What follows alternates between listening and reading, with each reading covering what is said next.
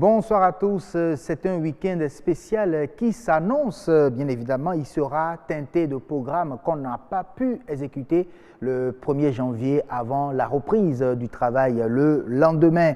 Mais pour le moment, on est vendredi soir et le grand rendez-vous livre son 4e numéro de l'année 2019 et ça démarre par la météo.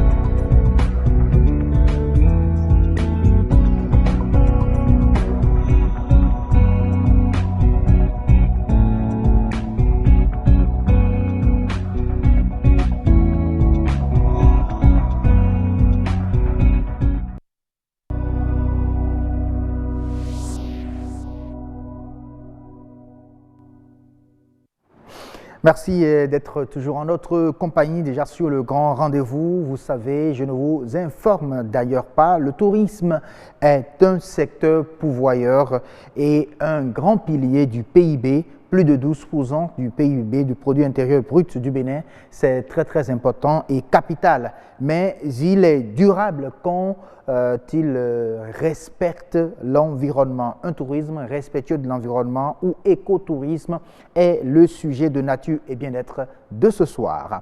Un autre pilier de l'économie reconnu partout ailleurs, je dirais sur toute la planète, il s'agit bien sûr de la culture, une matière première qui ne profite pas encore à ceux-là, mais qui la façonne. Les créateurs béninois face à la précarité, sujet à débattre sur Horizon Culture tout à l'heure avec Claude Balogun. De la finance ordinaire, le Bénin passe à la finance digitale. Nous allons, avec l'expert de ce grand rendez-vous, rentrer dans les pas du Bénin vers l'inclusion financière. On va vous présenter tout à l'heure à 19h45 exactement le journal avec la complicité de la rédaction représenté ce soir par Ulvaeus Balogun à la présentation. Bonsoir Ulvaeus. Bonsoir Monsieur Mgaba. Avec vous, tout à l'heure à 19h45, vous allez nous présenter l'actualité du développement. Il y a quoi au menu ce soir? Eh bien, ce soir, dans l'actualité, il sera question de la conjonctivite, ce mal qui affecte les yeux et qui est souvent dû à la poussière ou à un grain de sable malveillant. Ces manifestations sont à découvrir dans cette édition. Nous parlerons également des feuilles de laurier, souvent utilisées en cuisine pour leur saveur et leur parfum distinctif. Ces feuilles infusées permettent aussi de faciliter la digestion. Et enfin, on parlera de cette forme de tourisme durable, plus centrée sur la découverte de la nature. On l'appelle l'écotourisme. Il permet de protéger l'environnement, les plantes et les animaux sauvages qui l'abritent. Merci beaucoup à vous, Ulvaeus Balogun, pour la présentation du menu du 19h45. On se retrouve dans moins de 40 minutes exactement pour le développement. Tout à fait, dans moins de 40 minutes, on sera ensemble pour le développement. Merci à vous. Et le tour des plateaux commence par l'écotourisme, nature et bien-être.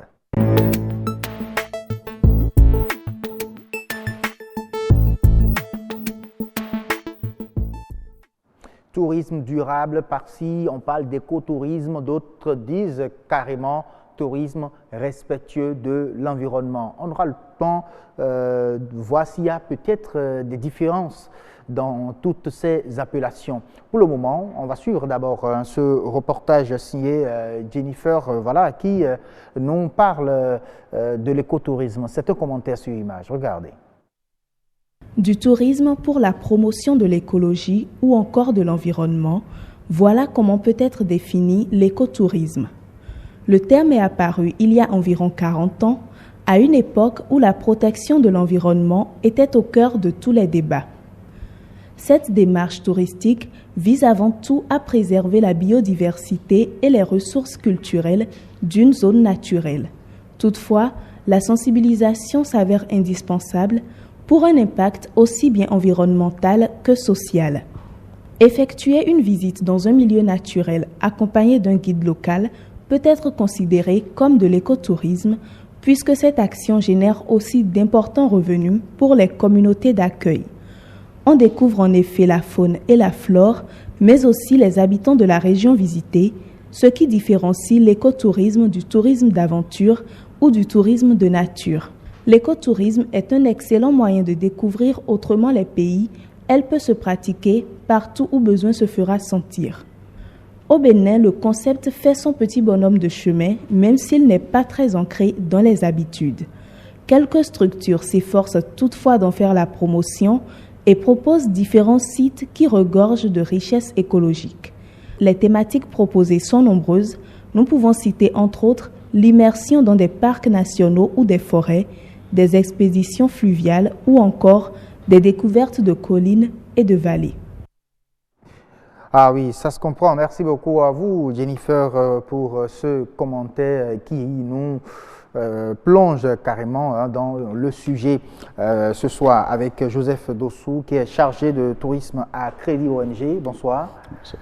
Merci d'avoir accepté notre invitation. Bonsoir, Amandine Aniabossou. Bonsoir à vous, Assoum Gaba. On constate tout simplement qu'il n'y a plus les Arla Samé, ou bien il n'y a plus les Ati. Ati quand même, on n'a que les bâtiments.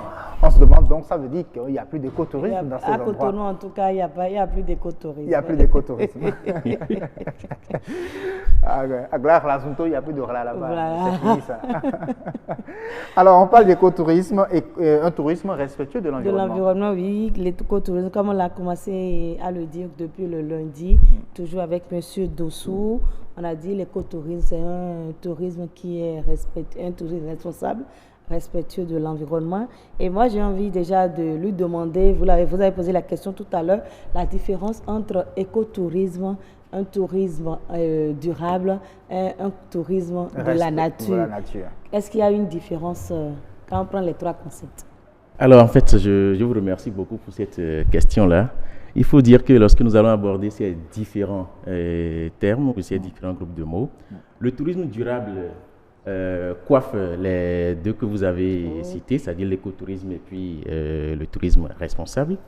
Et ce tourisme durable est né en fait du concept de développement durable, donc un tourisme qui prend en compte aujourd'hui la génération présente, qui ne va pas en fait empiéter sur celles futures dans la satisfaction de leurs besoins. L'écotourisme, si j'en viens là, c'est une forme de tourisme qui en fait permet aux voyageurs non seulement de découvrir, mais aussi de prendre en compte beaucoup plus l'aspect environnement. Et quel est alors l'état des lieux de l'écotourisme au Bénin?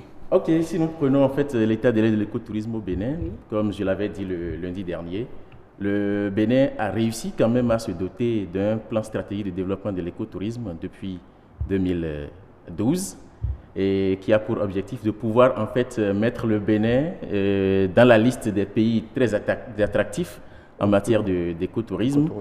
Il y a beaucoup d'organismes ou d'organisations qui s'investissent aujourd'hui dans la promotion de cette forme de tourisme que nous appelons aussi le tourisme alternatif. Nous avons également une fédération qui aujourd'hui a à cœur la promotion de cette forme de tourisme. Tout ça, c'est sur le papier et concrètement sur le terrain. Bon, concrètement sur le terrain, il faut il faut avouer que l'écotourisme est beaucoup plus tourné vers l'extérieur. Ce qu'il faudra dire quoi? C'est que quand on promeut ces activités écotouristiques, on vise beaucoup plus les gens qui vont venir d'autres pays que le Bénin, alors qu'en fait, le Bénin, nous avons quand même plein de potentialités, nous avons quand même plein de stratégies pour pouvoir promouvoir le tourisme domestique. Parce que, ben oui, écotourisme pour sensibiliser, mais est-ce que c'est ceux qui viennent de l'extérieur qui, en fait, exercent des pressions anthropiques sur notre biodiversité? Je dirais non. C'est à vous de répondre à cette question. Je dirais non. C'est nous-mêmes qui exerçons, qu'on appelle les pressions anthropiques, beaucoup plus sur cette biodiversité. Donc, lorsque nous allons, en fait, revenir un peu à cette politique de promotion de ce tourisme domestique, qui puisse vraiment faire connaître aux gens le tourisme qu'on appelle écologique ou l'écotourisme. Donc je pense que c'est un nœud de conservation de la biodiversité de notre pays. Et actuellement au Bénin, bon, il y a quand même une certaine confiance ou une certaine considération de ce concept-là. Bon, avec aujourd'hui la mise en place de l'Alliance nationale de promotion du tourisme, qui, bon, je le confirme, le directeur à la prise de service a quand même sillonné un certain nombre d'ONG, un certain nombre de sites écotouristiques pour un peu s'imprégner des réalités du pays. Alors, est-ce qu'on peut aujourd'hui rester dans les zones urbaines et pratiquer de l'écotourisme aujourd'hui au Bénin? Dans les zones urbaines et pratiquer l'écotourisme au Bénin? Bon, je n'ai pas une réponse magique, mais je peux quand même dire oui, pourquoi pas, parce que une fois que je viens, et que ce soit dans la zone urbaine, et que je respecte l'environnement visité, ben oui, c'est une zone urbaine, donc il n'y a pas assez d'arbres, il n'y a pas assez d'herbes, d'espaces verts et autres. Mais si moi, malgré l'absence de toutes ces choses, mon passage va encore drainer assez de déchets, c'est pas la peine. Ce n'est pas la peine. Mais si déjà j'arrive quand même à observer ce paramètre de gestion de mes déchets, pour ne pas salir par là où j'ai visité. Ne pas salir par exemple la plage quand vous la visitez? Oui, ne pas salir par exemple la plage quand je la visite. Oui. En fait, je suis en train, même si toutes les conditions ne sont pas réunies. C'est toujours de l'écotourisme. Oui. De l'écotourisme en quelque sorte. Et en quoi l'écotourisme permet-il de mieux gérer les écosystèmes? Wow, très belle question. En fait, je l'ai dit tout à l'heure, l'écotourisme, en fait, c'est le respect de l'environnement, le respect de la biodiversité. Et l'écosystème, en fait, c'est un ensemble plus ou moins structuré qui englobe à la fois une communauté vivante, qu'on appelle dans le langage technique biocénos, et puis leur milieu de vie, c'est-à-dire qu'on appelle leur habitat, qu'on appelle biotope. Donc, si l'écotourisme est axé sur la protection, ou du moins la conservation des ressources naturelles, et que l'écosystème n'est rien d'autre que l'ensemble de ces ressources naturelles-là, donc sensibiliser sur la conservation de ces ressources, en fait, c'est de quand même amener les gens à prendre connaissance de leur écosystème et à mieux quand même le gérer. Oui, mais si je dois bien comprendre ce que vous avez dit tout à l'heure, est-ce que les Béninois ne sont pas demandeurs de ce genre de tourisme? Le tourisme, par exemple. Vous avez dit que souvent c'est orienté vers les expatriés, ceux qui viennent de l'extérieur et tout. Est-ce que le Béninois lui-même ne demande pas ce genre de tourisme? Par exemple, faire un tour au nord, même juste à côté, là où vous travaillez, oui, il y a cette expérience à votre niveau. Est-ce que les gens ne demandent pas ça? Bon, en fait, Je suis que vous recevez plus de Béninois que d'étrangers. Oui, on reçoit plus de Béninois que d'étrangers dans la vallée du Citatunga. Voilà, par exemple. En fait, il faut reconnaître que le plus de Béninois que nous recevons, nous avons une grande partie, c'est des scolaires. C'est déjà un début. Oui, effectivement, c'est déjà un début. Parce que pour prendre conscience, il faut commencer déjà par les enfants, oui. C'est pourquoi, en fait, il y a la fédération à laquelle nous appartenons, la FBETRS, qui actuellement est en train de conduire un projet qui s'appelle Aversop, appui au verdissement des sorties pédagogiques. Voir comment est-ce que nous pouvons déjà, à partir des scolaires, sensibiliser pour la protection de l'environnement, sensibiliser sur l'écotourisme. Quand je reviens un peu à votre question, si les Béninois demandent, quand je vais faire une catégorisation en parlant d'âge, je vois que les personnes âgées demandent de moins en moins les services écotouristiques que les enfants. Bon, vous savez, aujourd'hui... Ils ont l'impression d'avoir déjà tout vu? Je ne dirais pas ça. En fait, nous avons toujours tendance à vouloir découvrir ce qui est plus loin de chez nous que ce qui est plus près. Voilà. Donc, je pense que c'est cette idée-là qui toujours anime les gens.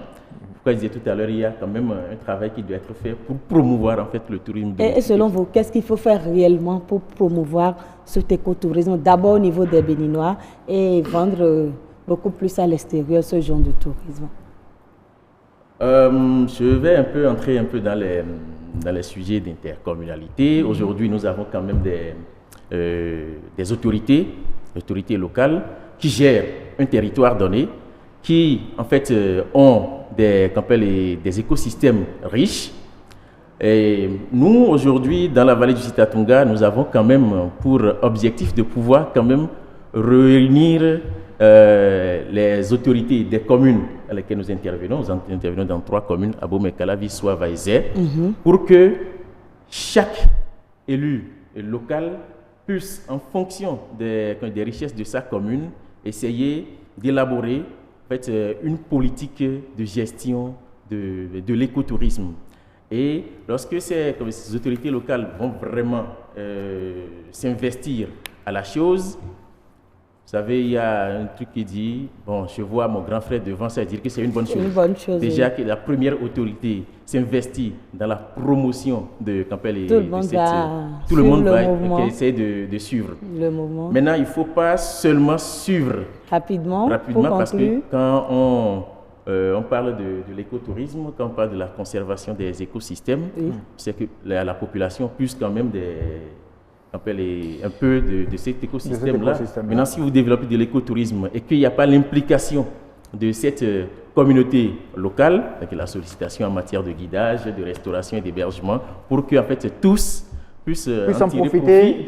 Donc, je pense que on peut bel et bien promouvoir de l'écotourisme sans avoir vraiment conservé l'écosystème. Voilà. Merci beaucoup à vous, Monsieur Joseph Doussou. Je vous en prie. Merci beaucoup à vous, Amadina Niamboussou. Vous connaissez désormais ma prochaine destination pour mes vacances prochaines.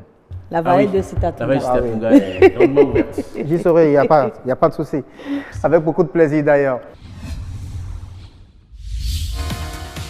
Mesdames et messieurs, bonjour et bienvenue à cette émission Wikeko. À cause du chômage, les jeunes se sont donnés au travail qu'on appelle l'ANAC. Ce phénomène a pris depuis quelques mois une allure vraiment inquiétante.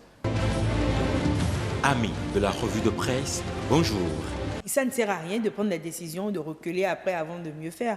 Nous ne sommes pas dans le secret des dieux. De quel crime le médecin qui Suivez Wikeko, votre magazine de l'actualité économique sur BB24 tous les dimanches à 11h et à 23h, les lundis à 11h et les mardis à 5h. Par laquelle on peut identifier les ressortissants. Mesdames, Messieurs, bonsoir. Merci de prendre le rendez-vous de ce forum du jour. Pour démarrer cette édition, j'ai une question très simple pour mes invités. Qu'est-ce que le tabac? Mais des femmes, qu'est-ce qui les a intéressées dans le numérique? Dites-nous comment va le port aujourd'hui. Que ce soit la cigarette, le cigare, le tabac à chiquer ou à priser, c'est une toxicomanie. Avec une Suivez votre magazine Le Forum du Jour sur BB24 du lundi au vendredi à 14h, à 21h30 et à 4h. Il faut que nous adoptions un comportement citoyen. Alors, le grand rendez-vous continue. Nous allons continuer et parler à présent d'une autre matière première qui contribue vraiment au développement économique du Bénin. Je dirais même c'est le pétrole béninois. On parle culture, son économie sur Horizon Culture.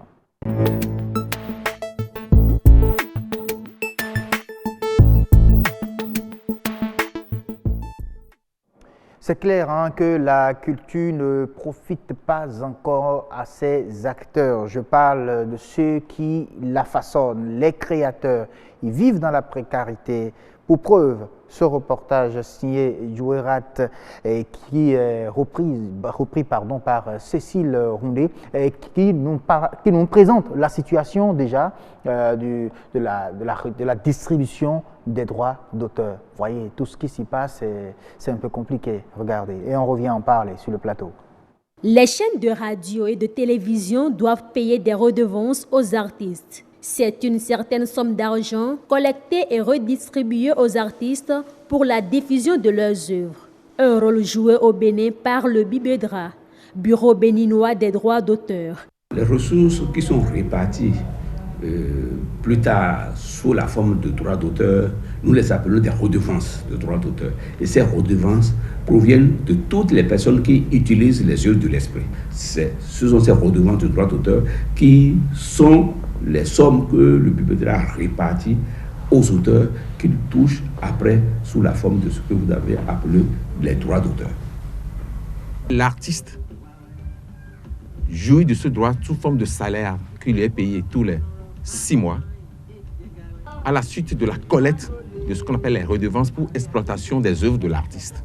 Pour bénéficier de ces redevances, plusieurs conditions à remplir. Les textes réglementaires en vigueur au Bénin précisent que l'utilisation d'une œuvre de l'esprit est subordonnée à l'autorisation préalable écrite du Bureau béninois du droit d'auteur, qui est le mandataire exclusif des auteurs, des titres de compositeurs au Bénin ici. Mais avant d'aller trouver une redevance et chercher et récupérer, il faut déclarer l'œuvre. Ce n'est pas que vous allez faire une œuvre, dès que vous faites une œuvre, vous allez attendre et dormir dans vos trucs là, l'œuvre n'est pas jouée ou bien l'œuvre n'est même pas à vous, et que vous allez penser gagner en matière de droit d'auteur. Donc, c'est d'être sûr qu'on est créateur de ce dont on réclame les droits. En plus des droits d'auteur sur diffusion, le BIBEDRA prend également en compte le droit de timbre. Il est lié au nombre de disques vendus. En la matière, la piraterie demeure l'une des principales difficultés. Les vendeurs de disques piratés semblent vivre aux dépens des artistes. Les artistes ne dérangent pas. C'est plutôt le BIBEDRA qui nous dérangeait avec les timbres.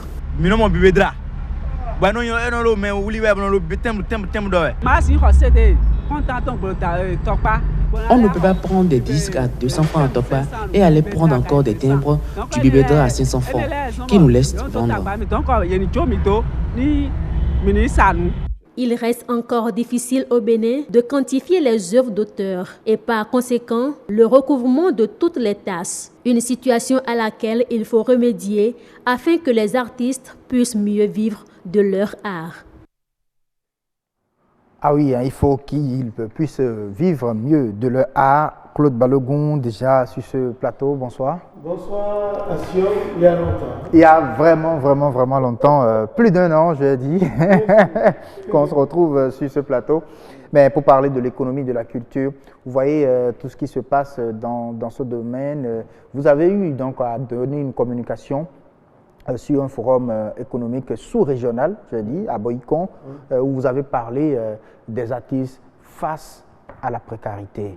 Et pourquoi avoir décidé de parler de ce thème? Bon, alors, il faut que les gens comprennent que vendre des CD au Bénin sans les autorisations et les hologrammes, les trims là-dessus, c'est véritablement tomber sous le coup de la loi. Mais c'est la preuve également que le BIBEDRA est en train de faire son travail. Puis, oui. Puisqu'ils l'ont dit, le Bibédra les dérange, les bouscule également sur le terrain. C'est la preuve que le Bibédra est en train de travailler. Ils doivent savoir qu'on ne va pas seulement les bousculer, on doit les arrêter. Les arrêter. Parce qu'ils tombent sous le coup de la loi et ce n'est pas bien du tout.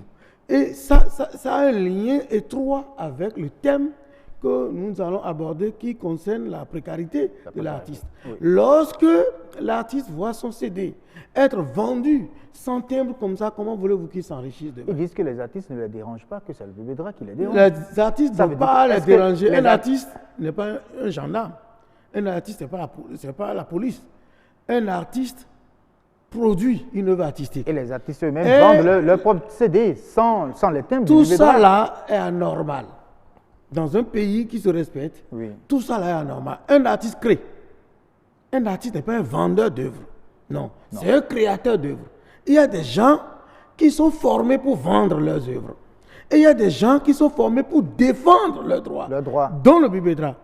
Et il y a des gens qui sont formés également ou créés, des structures qui sont créées pour lutter contre ceux qui sont hors la loi, ceux qui font de la piraterie, dont la commission de lutte contre la piraterie par exemple. Donc voilà, si tout ça là se met encore en place et c'est encore au Bénin, on ne doit pas être surpris de voir que l'artiste vit toujours dans la précarité.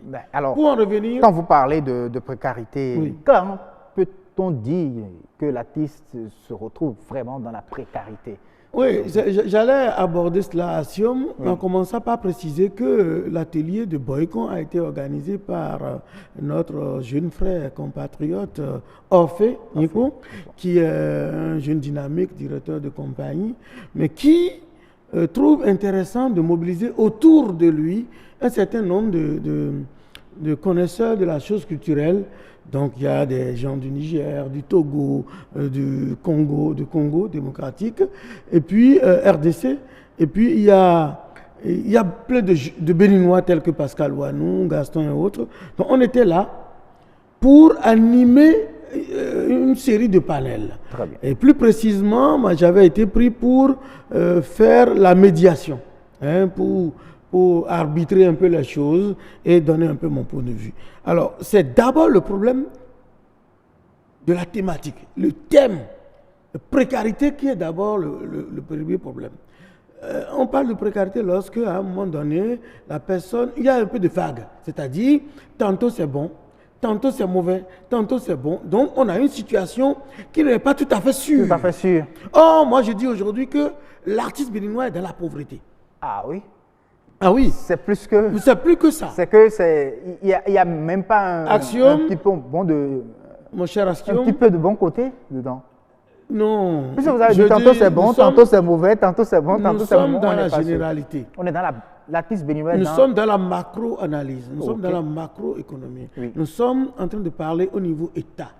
Et lorsqu'on rentre dans la quantité, on se rendra compte que la paupérisation est beaucoup plus présente que toute autre chose.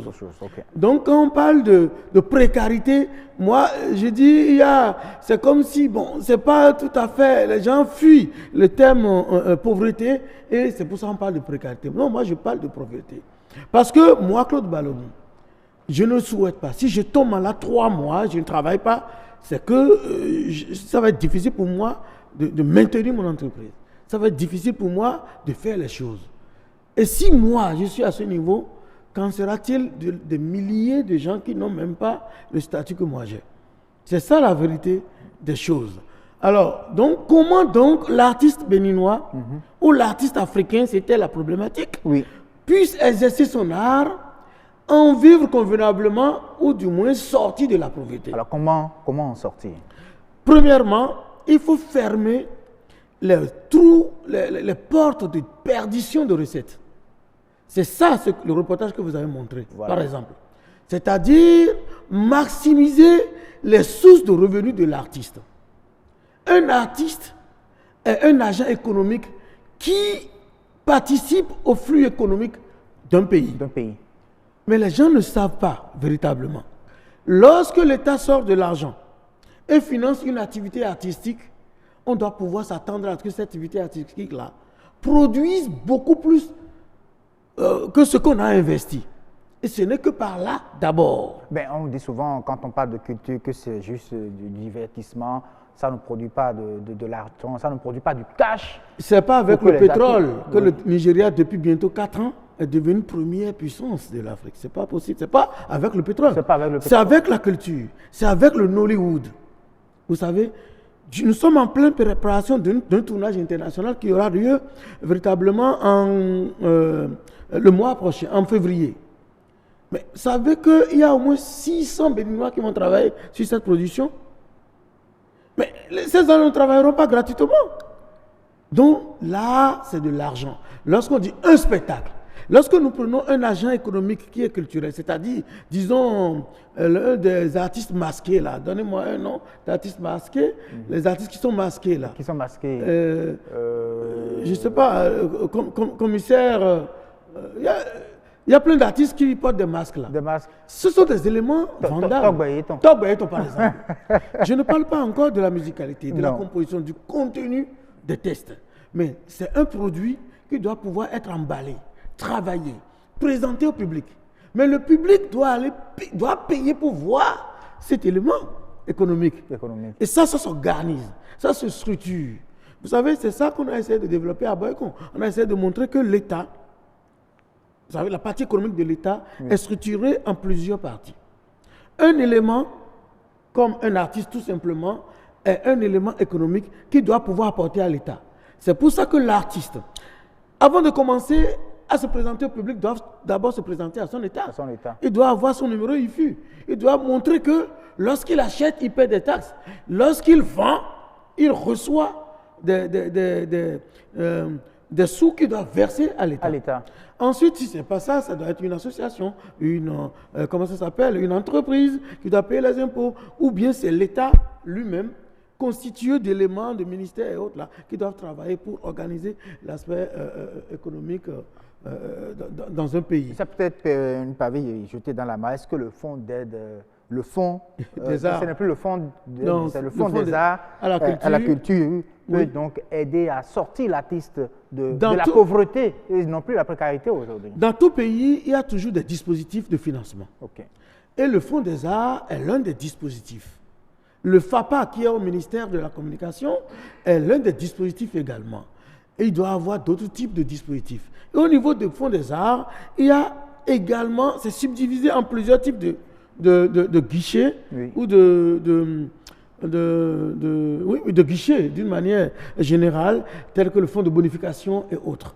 Dans tout pays, cela existe, le fonds d'aide, le fonds des arts devrait pouvoir exister. Est-ce que le fonds peut aujourd'hui, en l'état? Non, pouvoir, c'est la dernière question. Oui, pouvoir, c'est la chose la plus normale. Maintenant, comment ça se passe, c'est un autre débat. Donc, l'État fait déjà sa partition en créant le fonds des arts, mais l'État doit aller plus loin en créant un fonds de démarrage et également un fonds mis à la disposition des artistes pour leurs soins. Parce qu'au niveau du fonds des arts aujourd'hui, il y a plusieurs guichets qui sont mis ensemble. Mais les guichets doivent pouvoir être clarifiés. Lorsque l'artiste tombe malade, il y a quelque chose qui doit pouvoir être fait, mais c'est un fonds qui s'en occupe. C'est comme un fonds d'indigence, si on peut l'appeler comme ça. Et le fonds de démarrage est un fonds qui doit pouvoir financer les entreprises culturelles pour créer la richesse, comme on le dit. Allez, merci beaucoup à vous, Claude Balogun, pour l'Horizon Culture et tous ces sujets. Ce sera tout, en tout cas, pour Horizon Culture de ce vendredi. Rendez-vous jeudi prochain pour un autre sujet concernant, bien sûr, la culture béninoise. Pour parler de l'épargne, il faudrait que nous puissions convoquer deux concepts importants, le revenu et la consommation. Peut-on espérer une élimination définitive des sachets plastiques? Quand vous dites que chacun est né avec son travail, est-ce parce que vous n'êtes pas né avec le journalisme qu'au fil des temps, vous avez laissé le métier de côté? Au-delà de la production d'énergie, le taux d'électrification reste encore faible. Par rapport aux réformes dans le secteur du tourisme, comment est-ce que vous voyez ça?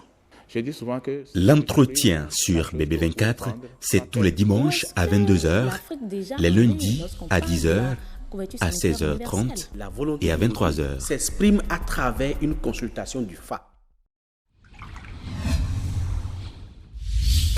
et bienvenue sur le grand rendez-vous de l'information axée sur le développement. Pour qu'on considère que le cœur a des modifications liées au sport, il faut d'abord une pratique sportive assez fréquente. À midi, je me couche.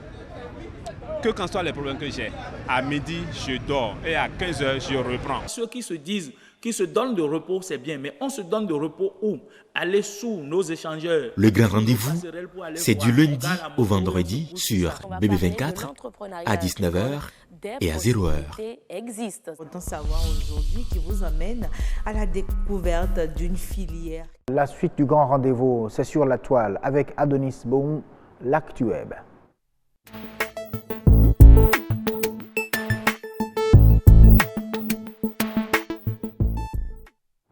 Voilà, ActuWeb consacré ce soir au récap de la question de la semaine. Mangez-vous 100% Bénin pendant la fête? C'était la question de cette semaine posée depuis mardi dernier. Alors, on revient sur la question pour voir vos réponses, chers téléspectateurs. Je sais que vous étiez nombreux à avoir répondu, n'est-ce pas, Adonis Boum? Bonsoir. Bonsoir, Siom. Alors, nous parlons, nous sommes revenus sur les questions, sinon les commentaires, je vais dire, de nos téléspectateurs. Oui, et bien pour cette première question de l'année, nous avons eu beaucoup de commentaires. Nous remercions déjà les internautes déjà qui ont manifesté à donner leurs avis par rapport à cela et nous les encourageons encore à continuer. Bien, nous pouvons commencer par Juvencio Ayosso. À la question, il disait « Jamais pour le moment, ça viendra avec le temps ». Il va plus loin en donnant 3 paramètres qui conditionnent pour lui le fait de manger 100% béninois. D'abord, c'est la disponibilité, l'accessibilité et la qualité. La première question qu'on se demande après le choix du menu est de savoir si ces ingrédients sont disponibles et produits localement et en quantité. Sinon, à ce niveau, il y a déjà de fortes chances que je ne consomme pas 100% béninois. Mais dès lors que c'est disponible et produit localement, la volonté de consommer local pourrait survenir. Là maintenant, je me pose une question à 2 volets. Est-ce que le produit en question est accessible physiquement, c'est-à-dire c'est facile à trouver près de chez moi, et bien visible pour attirer mon attention et pousser ma curiosité à consommer et à l'adopter? Si la réponse est non, alors je ne peux qu'acheter ce qui est accessible près de chez moi, ce que je peux avoir rapidement sans trop me gêner. Mais si la réponse est oui, alors c'est intéressant, je pousse ma curiosité à savoir si ce produit est accessible pour moi financièrement. Et là encore, c'est compliqué. Car bien sûr, si j'ai envie de consommer béninois, mais je dois vérifier si le produit est en accord avec mon budget, ma bourse, est-ce qu'il peut me permettre d'acheter le produit à ce prix? N'y a-t-il pas moins cher ailleurs? C'est à ce niveau que commence la comparaison entre le local et les produits importés. Si c'est abordable, alors je consomme béninois. Dans tous les cas, je m'intéresse aussi à la qualité du produit sur tous les plans. C'est là le facteur de décision. Donc je n'achète pas un produit juste pour faire plaisir à quelqu'un ou par simple suivisme, mais parce que ce produit m'intéresse à juste titre. Il nous a carrément fait un coup de marketing, tout le reste concernant les produits 100% Bénin. En fait, sa conclusion, c'est Juvencio Ayosso. Oui. Voilà. Il dit que la santé de mon organisme, surtout pour quelqu'un qui a un ventre fragile comme moi, et celle de ma bourse en dépend également. Au vu de tout ce qui précède, je n'arrive pas toujours à consommer 100% béninois durant les fêtes. Il n'arrive pas à le faire. Donc, il demande à ce que les produits soient beaucoup plus disponibles, accessibles. Et point de vue proximité, point de vue qualité et point de vue aussi financier. Voilà. Et donc, trois aspects. Oui, trois paramètres. Trois paramètres qui peuvent donc amener les Béninois à consommer 100% pendant les fêtes. En tout cas, lui, Juvencio Ayosso. Eh bien, Savi Agouinkou Tanguy, lui, il est catégorique. Non, pas du tout. À la question de lui demander pourquoi il se dit non, pas du tout, il dit on peut boire et manger peu, car trop manger c'est maladie. Buvez peu, manger peu, car trop manger c'est maladie. Car trop manger c'est maladie. Il ne veut pas trop manger béninois. Il ne veut pas trop manger béninois. Juste Damada, pour lui c'est pas évident à réaliser, mais cela ne devrait pas être impossible non plus. Une politique économique appropriée devrait amener chacun des Béninois à le faire. Il dit le choix est individuel et peine toujours à s'imposer. Contrairement à une mesure politique, si cela ne tenait qu'à moi, par exemple, nous devrions choisir une ou 2 langues nationales comme langue officielle, prioriser l'anglais en tant que langue à la place du français. Il est carrément allé hors sujet. Il est allé un peu plus loin. En fait, il veut dire directement là que le choix est individuel. Oui. François de Paul Rumbo, au Bénin, c'est une chose irréalisable, car même si le gouvernement le faisait, on parlera d'acharnement, la ruse et la rage. Denberg, lui, parle de non-hein, boisson, Nigeria, viande, Chine. riz thaïlandais. Oh. Boisson. Boisson, Nigeria. Viande Chine. Riz thaïlandais. Alors, la question est de se demander pourquoi ces préférences. Vous savez, peut-être pour d'autres, c'est la qualité. Pour d'autres, c'est le coût. C'est le coût. Voilà. Okay. Donc, oui, soit c'est la qualité, soit c'est le coût. Et donc, il va falloir que les producteurs béninois prennent ces paramètres-là en compte. Oui, pour pouvoir être plus présents et compétitifs sur le marché. Kazi Gandonou, lui, il revient toujours, notre ami, non, pas du tout, alors trop très cher. Comme exemple, on lui a demandé quel est l'exemple d'un produit très cher, il dit le gari. Ah. Pour lui, le gari est cher. Le gari est cher. Le gari est cher. Eloge Abba Gafa Zongbobo, oui. Lui mange béninois par moment. Ayant une épouse de la partie septentrionale du pays, elle s'efforce à me faire manger les mets de chez elle. Moi aussi, par réciprocité, j'essaie de me faire que je peux lui faire consommer du abla, du nyomli, du commun, du akwese. Du abla? Du abla, du nyomli. Nyomli. Du com et du akwese. Pendant les fêtes? Pendant les fêtes. Ah bon? Bon, nous avons les derniers commentaires de Désiré Méthor, lui c'est non. Benesia Rwanga, elle estime oui, elle mange 100% béninois pendant les fêtes. Mas, Roni, Tony, non, pas du tout. Olivier Ncha, non. C'est ça. Carrément. Carrément. Oh là là. Bon, merci en tout cas à tous nos internautes qui ont commenté, qui ont répondu vraiment à notre question. Il y aura une autre question pour, dès lundi, pour la question de la semaine. Si vous voulez, je peux déjà commencer peut-être par l'annoncer. Pourquoi le mois de janvier est si difficile à vivre financièrement? Pourquoi le mois de janvier est si difficile à vivre financièrement? Oui. Pourquoi le mois de janvier est si difficile à vivre financièrement? Voilà donc la question de la semaine prochaine que nos téléspectateurs pourront retrouver sur la page Facebook de Bénin Business 24. BB24. BB24. Oui. Bénin Business 24. Vous aurez donc la question et postez donc vos commentaires, vos réponses en commentaire. Voilà, sur cette question-là, je vous la répète. Pourquoi le mois de janvier est si difficile à vivre financièrement? C'est ça. Alors, il y a beaucoup d'autres commentaires qu'on aura le temps de revenir sur ça. On va revenir là-dessus. Merci beaucoup à vous, Adonis Baum. C'était l'Actu Web. Alors, déjà, on vous retrouve quand? Le lundi. Pour l'actualité. Pour l'actualité. L'actualité sur la toile. On profitera également pour revenir sur la question pour nos chers téléspectateurs. Mesdames et messieurs, bonjour et bienvenue à cette émission Wikeko. À cause du chômage, les jeunes se sont donnés au travail qu'on appelle l'ANAC. Ce phénomène a pris depuis quelques mois une allure vraiment inquiétante. Amis de la revue de presse, bonjour. Ça ne sert à rien de prendre la décision de reculer après avant de mieux faire. Nous ne sommes pas dans le secret des dieux. Quel crime le médecin qui Suivez Wikeko, votre magazine de l'actualité économique sur BB24 tous les dimanches à 11h et à 23h, les lundis à 11h et les mardis à 5h. Par laquelle on peut identifier les ressortissants. Déjà, dites-nous, 30 000 tonnes d'œufs de table, une autosuffisance en protéines animales. Est-ce que pour vous, c'est objectif de croire à cela? Aujourd'hui, on est déjà à près de 15 000 tonnes d'œufs produits. Et n'oubliez pas que l'aviculture, si on insiste si tant dessus, c'est parce qu'il s'agit de... L'aviculture est devenue aujourd'hui une activité florissante au Bénin. Comment est-elle organisée? Quelles sont les contraintes liées à cette filière?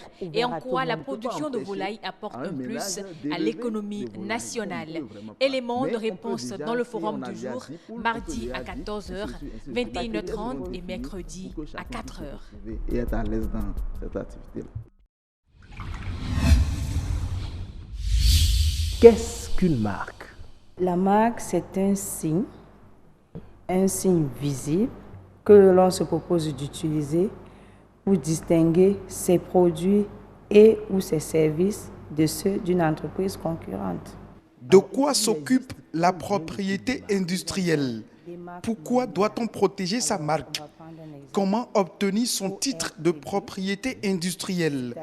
Élément de réponse sur BB24 dans l'entretien dimanche à 22h lundi à 10h, 16h30 et à 23h. Qui est constitué d'une figure. Il est l'heure du journal sur le grand rendez-vous, 19h45 exactement. Il est déjà en place, Ulvaeus Balogun, pour nous présenter le journal. A tout de suite.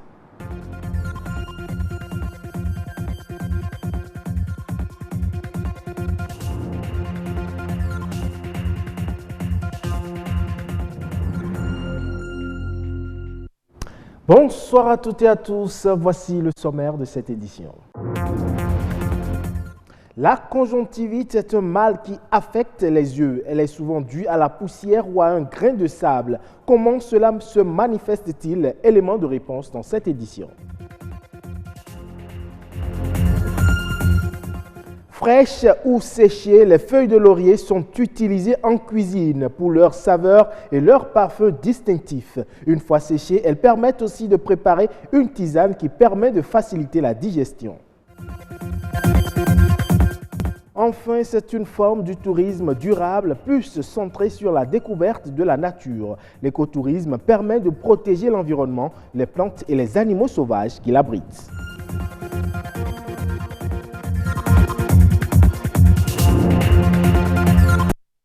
À nouveau, bonsoir. Je le disais dans les titres, loin d'être contagieuse au simple contact visuel, comme beaucoup de personnes le pensent, la conjonctivite est souvent due à la poussière ou à un grain de sable qui affecte l'œil. En effet, les douleurs et la couleur rougeâtre des yeux sont des signes annonciateurs de ce mal, mais ils peuvent cacher d'autres pathologies. Plus de détails dans ce reportage signé Sylvania Tchanou et Jules Akwaïkou. Communément appelée Apollo, la conjonctivite bactérienne est une affection de la vue. Pour quelques riverains rencontrés, elle n'a plus qu'un sens. Apollo, c'est ce qui nous arrive surtout dans le mois de décembre et que les yeux deviennent rouges et puis ça fait mal et puis ça attaque beaucoup plus les enfants que les grandes personnes. Oui, j'ai souffert de ça une seule fois lorsque j'étais petite, mais ça fait très longtemps. Mais je ne sais pas ce que mes parents ont utilisé. Mais depuis, je n'ai plus souffert de ça. J'ai un proche qui en a souffert de l'Apollo. Il avait très mal aux yeux, il avait les yeux rouges. Et ce n'était pas du tout fameux. À l'époque, mon proche n'utilisait rien. Il laissait tranquillement et au bout d'un moment, ça disparaissait tout seul.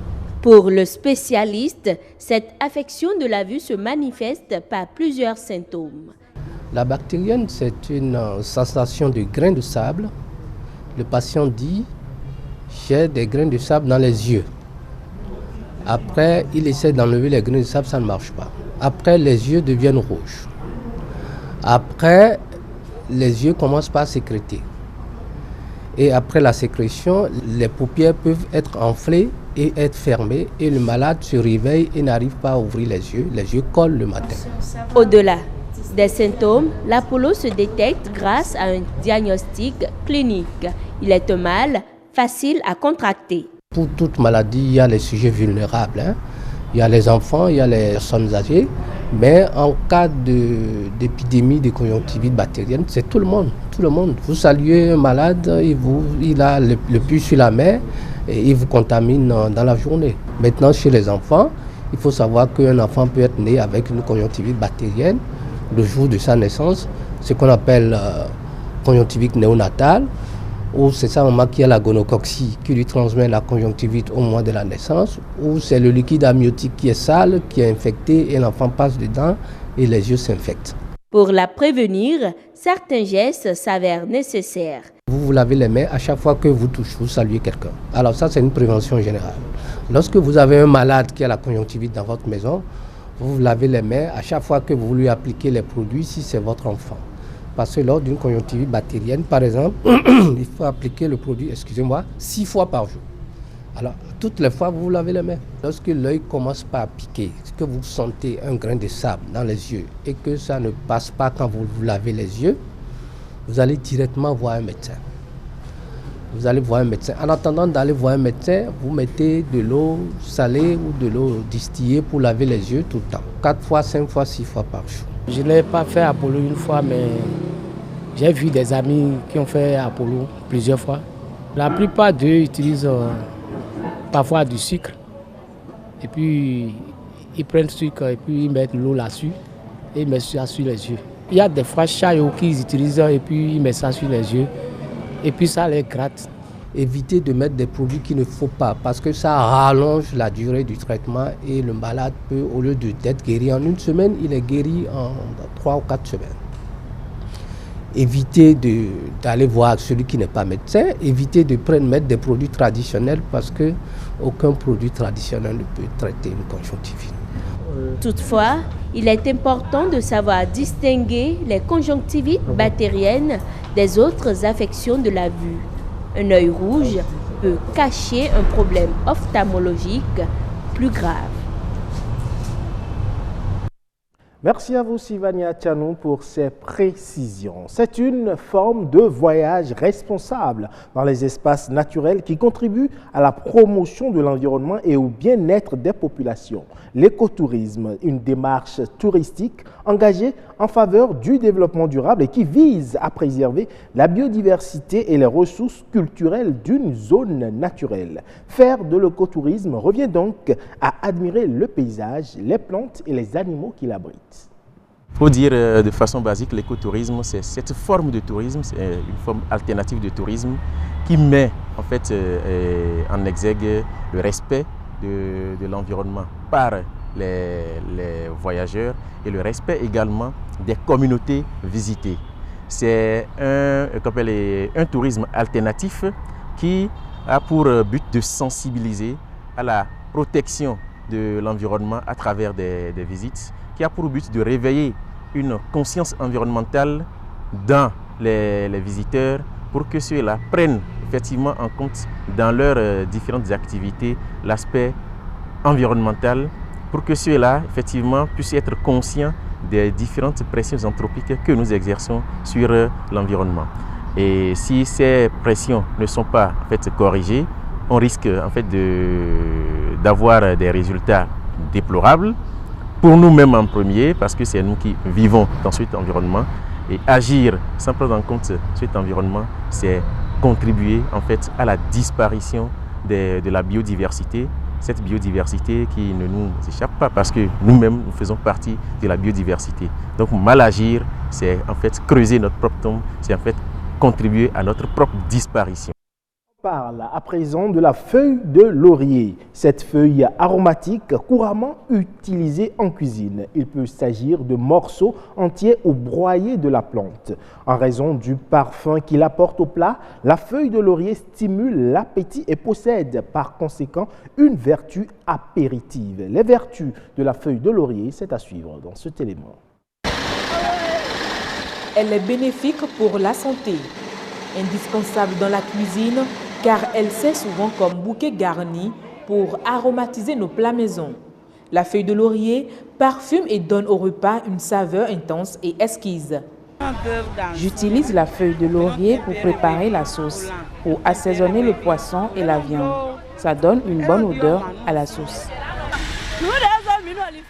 Le mélange du laurier avec les autres condiments donne à la sauce un goût bien épicé et rend plus succulente la sauce. Mieux, la feuille de laurier est reconnue pour ses bienfaits contre l'anxiété et la fatigue. Il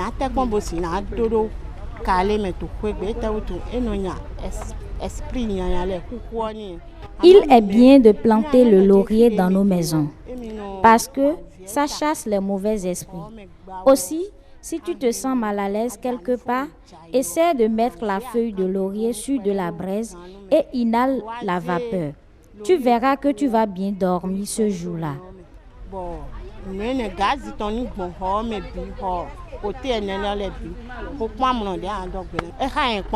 Ça m'est arrivé une fois, en la préparant comme de la tisane, sans ajouter du sucre ni du lait. Ça nettoie le sang et ça lutte également contre la tension.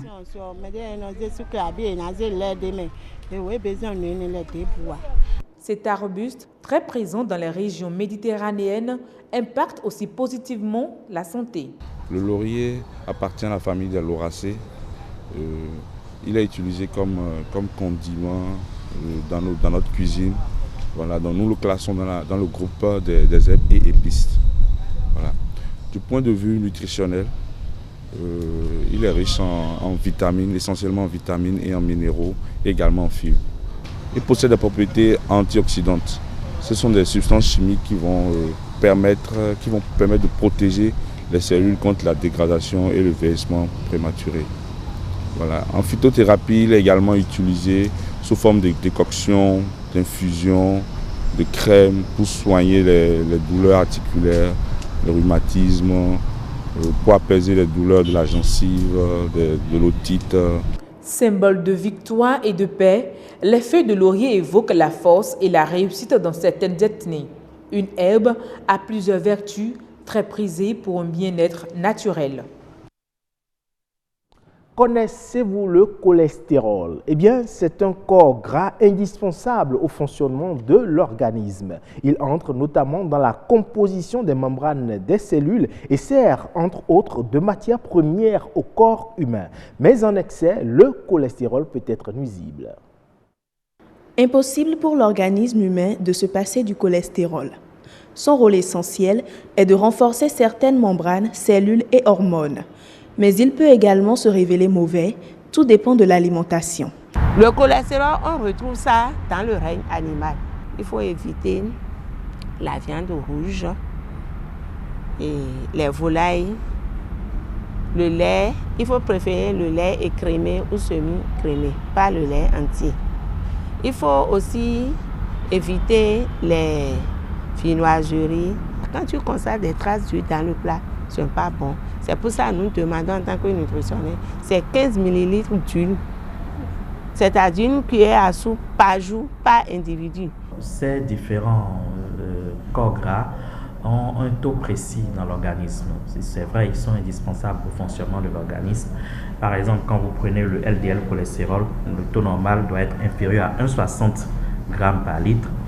Quand vous prenez le HDL cholestérol, le taux normal doit être supérieur à 0,40 g par litre. Et quand vous prenez les triglycérides, ça doit être inférieur à 1,50 g par litre. Alors, quand on a ces taux qui sont perturbés, là, ça devient très mauvais pour l'organisme. Surtout le LDL cholestérol, qui est le mauvais cholestérol. L'obésité est la première conséquence d'un excès de mauvais cholestérol dans l'organisme. En dehors d'elle, d'autres pathologies peuvent également se faire sentir. Nous avons les accidents vasculo-cérébraux. Le cholestérol peut, avec des caillots de sang, créer un thrombus dans une artère cérébrale. On peut assister à une angine de poitrine. On peut assister aussi à un infarctus du myocarde. Au niveau des reins, nous pouvons avoir l'insuffisance rénale, qui peut être aussi très grave. Et aussi, nous pouvons avoir au niveau des pieds des caillots qui vont boucher la bonne circulation du sang. Réguler son taux de cholestérol permet de prévenir tout risque sanitaire. À partir d'un certain âge, 45-50 ans, il faut essayer de faire un bilan de santé, contrôler surtout le taux de cholestérol. Il faut aussi faire du sport. Le poisson, il y a le poisson saumon, c'est-à-dire salmon. Le poisson victime que les dames utilisent là, ça a de graisse, mais ces graisses-là sont riches en oméga 6. Et ce sont ces oméga 6-là qui lavent on les appelle le savon du cholestérol LDL. Donc quand vous mangez après et vous constatez, il faut manger le poisson, ça vous permet de nettoyer l'excès de cholestérol LDL, le mauvais qui a apporté à l'organisme. Pour contrôler le taux de cholestérol dans l'organisme, on peut également procéder par le calcul de son indice de masse corporelle, IMC. Cela permet d'évaluer les dangers liés à une maigreur ou à un surpoids. Ainsi prend fin le journal de ce soir. Merci pour votre aimable attention. Assioum Gaba, à vous le plateau pour la suite du grand rendez-vous. Merci beaucoup à vous, Ulves Balogun, pour la présentation du journal. On va se retrouver très prochainement. Alors, le grand rendez-vous va continuer, mais cette fois-ci, juste pour rappeler la météo.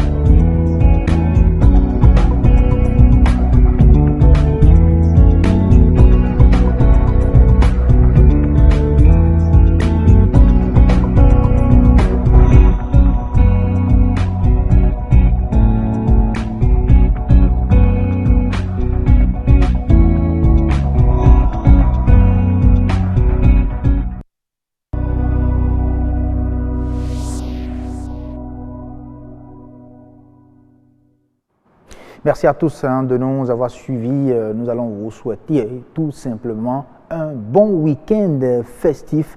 Et le temps qu'on se retrouve lundi à 19h00 pour un nouveau numéro du Grand Rendez-vous, ce sera bien évidemment avec Agnat Bello. Bye.